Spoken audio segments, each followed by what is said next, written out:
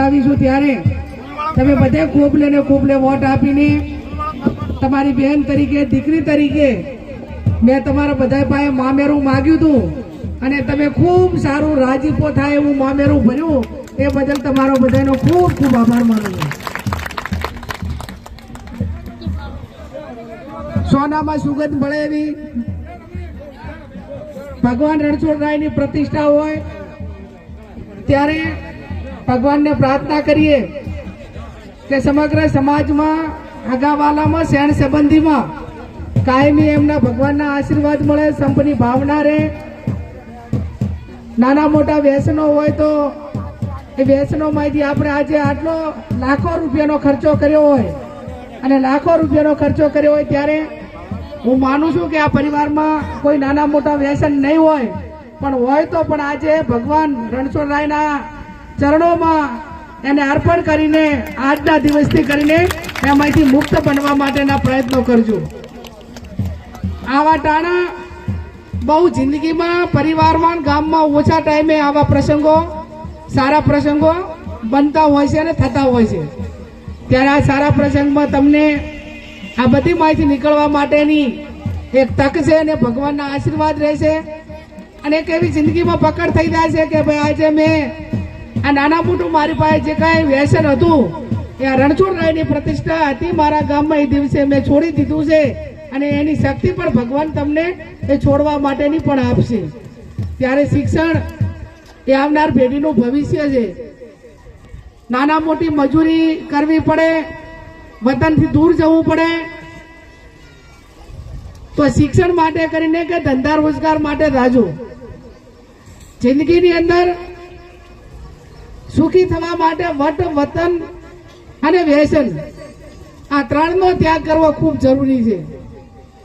વટ એટલા માટે કે આપણી આર્થિક સ્થિતિ માપની હોય અને આપણે દેખાદેખીમાં ધાર્મિક કે સામાજિક પ્રસંગો લાખો રૂપિયાના કરીએ તો એ વટ રહ્યો એ પછી આપણને આર્થિક રીતે ને બધી રીતે પરિવારને બરબાદ કરે. વતન એટલા માટે ક્યાંય ધંધા રોજગારની કોઈ તકો ના હોય, શિક્ષણમાં દીકરા દીકરીને આપવું છે પ્રમાણમાં વ્યવસ્થા ના હોય અને કાંઈ ખારું શીખવું છે તો જે વિસ્તાર વિકસિત હોય ને જ્યાં શીખવા જેવું હોય એ શીખવા માટે કરીને વતન છોડવું પણ જરૂરી છે.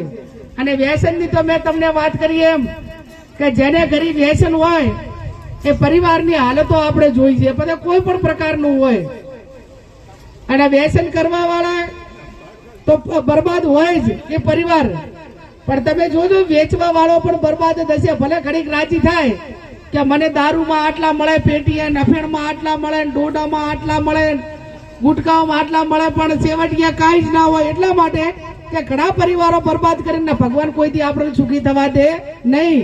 એટલે વેચવા વાળાએ રહેવા દેજો ને એનું જે નાના મોટું સેવન કરવા વાળા હોય એ પણ રહેવા દેજો. બહેનોને પણ મારી વિનંતી કે બહેનોની અંદર વ્યસન કાંઈ નાના મોટું નહીં હોય, પણ આ વર્તમાન સમયને આધીન ક્યાંક ગુટકા, તમાકુ, શેકડી, મિરાજ, મસાલા આવું હોય તો તમે પણ બંધ કરી નાખજો.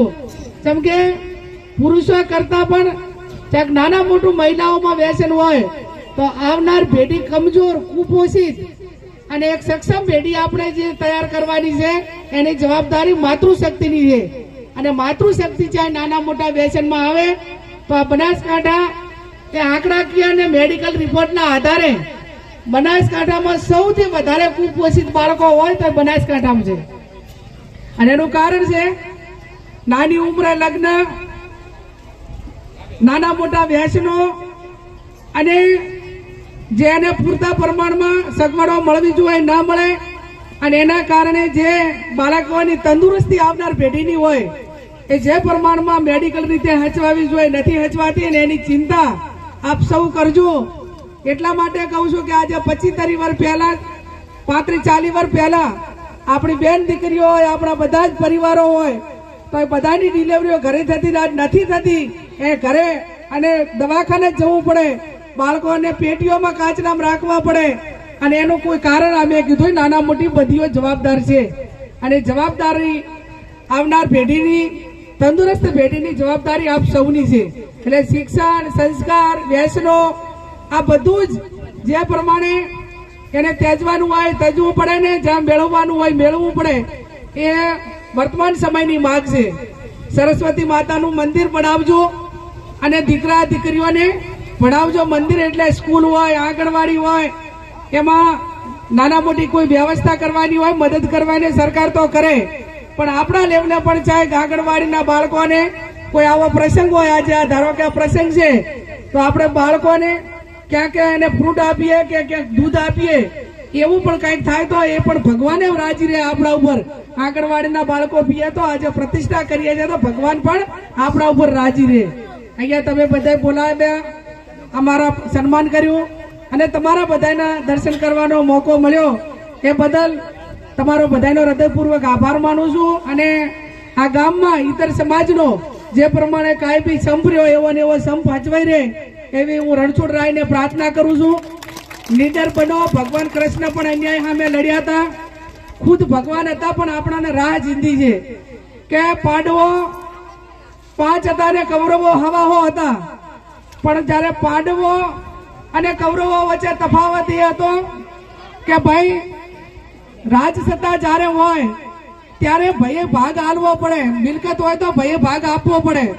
પાંડવે માત્ર 5 ગામ માંગ્યા હતા કે ભાઈ અમને નફા માટે 5 ગામ આપો, તો એ કૌરવોના તરફથી એવો સુર આવ્યો અને એવો અવાજ આવ્યો કે 5 ગામ તો ને પણ એક હોય ની અણી જેટલી જગ્યા પણ અમે તમને આપવા માટે તૈયાર નથી. એટલે પછી અહીંયા શું થાય? મહાભારત થાય.